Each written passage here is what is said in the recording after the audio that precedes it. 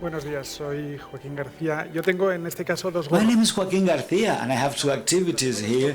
I have two activities. I am responsible of facility management within VIPS Group, and also I'm in charge of the supply chain.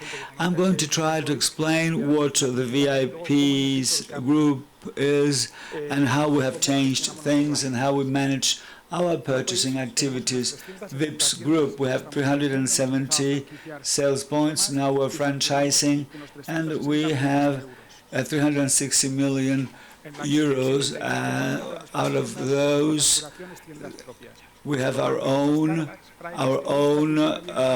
sale points. It's a very American approach. We work with Starbucks and other American companies that have helped us to improve our activities, to improve services. To give you an idea on who we are, we have 8,000 workers, and every day we offer 120,000 clients, 8,000 workers, 120,000 clients per day, and we have here lots of surveys. We are just people like Supersol. When they leave the restaurant, they should be satisfied with the food and should want to come back. And for that, we need to know the client's opinions, and for that, we ask them how things are. When we have a new offer, we say, what do you think about and this food, about this? And now we're going to have more than 900 internal audits, PRL 400. So you'll see how we do it. But it helps us to understand the quality level we have at our restaurants and the security level also within VIP's restaurants. Ideas, what do? We have here 1,200 providers, and we work with them.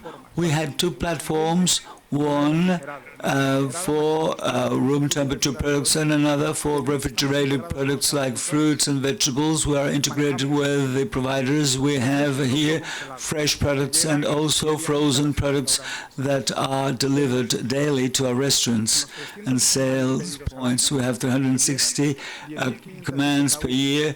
We have 10,500 SKUs actives and 2,500 with the stock, and we have now more than 30% increase of our sales to companies, special groups, and we are giving you the idea about how complex it is to manage 370 restaurants where daily activities are such that we give quality food to our customers per day.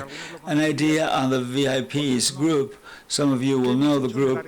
What had we done in the supply area? Supply is a service division. We're not deciding. That's one of the differences. We're not deciding whatsoever. What we do is we give services to the other departments, facility management, maintenance, the restaurants, or for instance, works. We have here traceability, and the four things that are very important. We have information, we have processes, we have tools. Information, processes, and tools. What I would like to explain is how we have changed within our VIPs, within the group, how we had moved from the traditional approach towards a very modern approach with those three leverages. Firstly, information. We need to have homogeneous information, quality information, allowing us to make decisions and allowing us to analyze what's happening to us at a given point in time. It seems obvious, but it helps us. If there is a crisis, we have traceability of origin. We have no problems with our suppliers.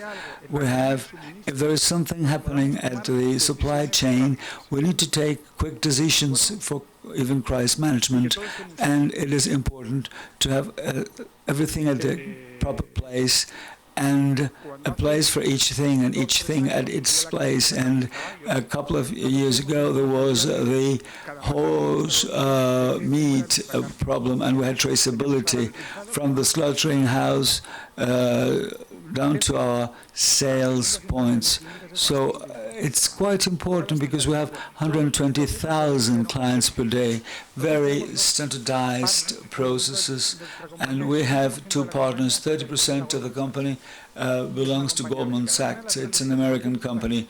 One of the problems is compliance and traceability. When you have risks, alimentary risks, and also liability, we have to have standardized processes and to have traceability from the very beginning, whom we're purchasing from and why is it being purchased. And that helps us a lot. And also we have a partner that's Starbucks. Starbucks has a lot of concern about traceability. Starbucks cannot admit, and VIPS Group and Starbucks, we cannot decrease our credibility, good relationships with our suppliers. We cannot sell the idea that we sell and we buy coffee to help in Ethiopia or Kenya and South American countries. And we cannot do this if we do not pay the right price and if we do not play by the right rules. So we have to comply with this.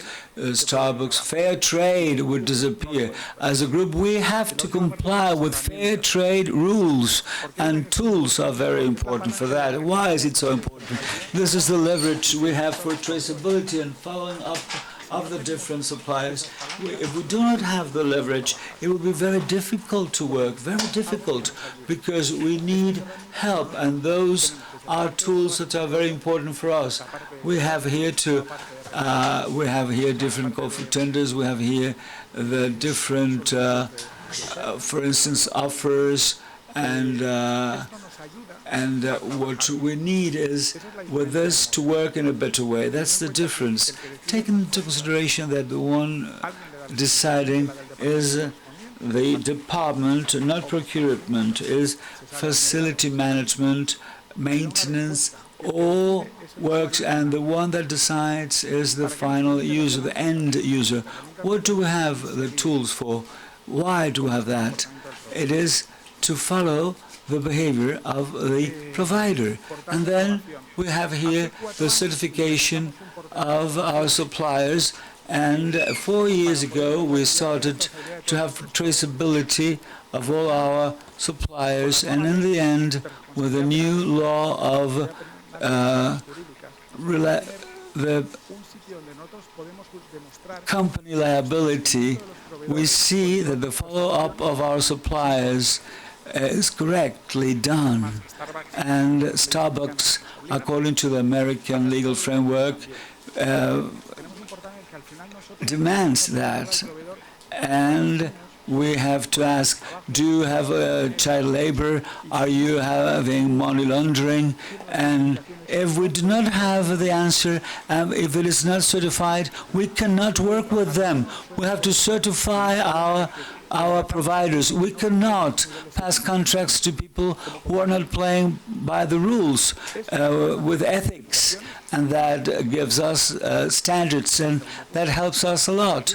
Another item, a few months ago, we were declared as best partners in the case of Starbucks, and we had external audits, and we had 73 out of 75 good items. So regarding certification and purchasing, we're a top company at the American market with complete traceability, with a register. And if we have to control when the product should be, for instance, every 2 years there are these controls, and when we have certificates, we know till when and how and to renew them. And then we have key performance indicators regarding our suppliers. What do we know? We receive here, we have 360,000 work orders per year at the different platforms and different restaurants in direct mode. We have to have a control of everything that happens within our group, because we are now getting integrated with the suppliers from the very beginning. And we are having just in time. We're not having stocks. We are reducing stocks. And the purchasing division, the procurement division, it is not only for saving costs. We do want to save money, but it is not only negotiating. It is changing processes, changing methods, and the only way to do it is to know that, well, how do we do it? How do we change processes, and what is the outcome of our changes? If I change a process and key performance indicators are not good, then I'm triggering problems. I'm just provoking more and more problems. What are we going to have? More people to have stocks? We need lean management, lean processes everywhere. How can I have less people working at a restaurant in order to optimize, giving better products, fresh products, and that is with the key performance indicators? Well, we saw this. Our levers are tools for purchasing, for follow-up. And then how do we get connected? All the restaurants are connected via electronic systems with the headquarters. Everything is done via electronics. All the communications with our suppliers are done via electronics. Some of them go into our portal, and most of us are linked within. Therefore, the integration of the order and the invoicing is done via online. This helps us save money, accelerate, speed up the process. We have less people working as clerical staff. Instead, at the beginning, we had many more people. We now have just 6, and this helps us to be more efficient. Before the crisis, when it started, or during this period, we have lost about 100 million in billing, and but the EBITDA figure is just 25% that we have lost. We have catch up on the loss. We are much better due to the efficiency in the processes with which we are working. And this is one of the tasks in the supply chain, which is the one that provides service to all the areas. How do we work? All the restaurants have systems that demand from or issue orders to the headquarters, and this is referred to the suppliers of services, of food, also warehouses where they deliver fruits and vegetables. So in this way we have an idea of what we have in the supply chain, what has happened, where it has come from, where it is, etc. And this facilitates the invoicing work. And finally, the last part of our effort, of our work, is as follows. All this is fine. We have controlled the expenses, the processes, but we must see how efficient we are and how the quality of what I have in my restaurant is, the situation of the product when it comes to the restaurants and the other aspects.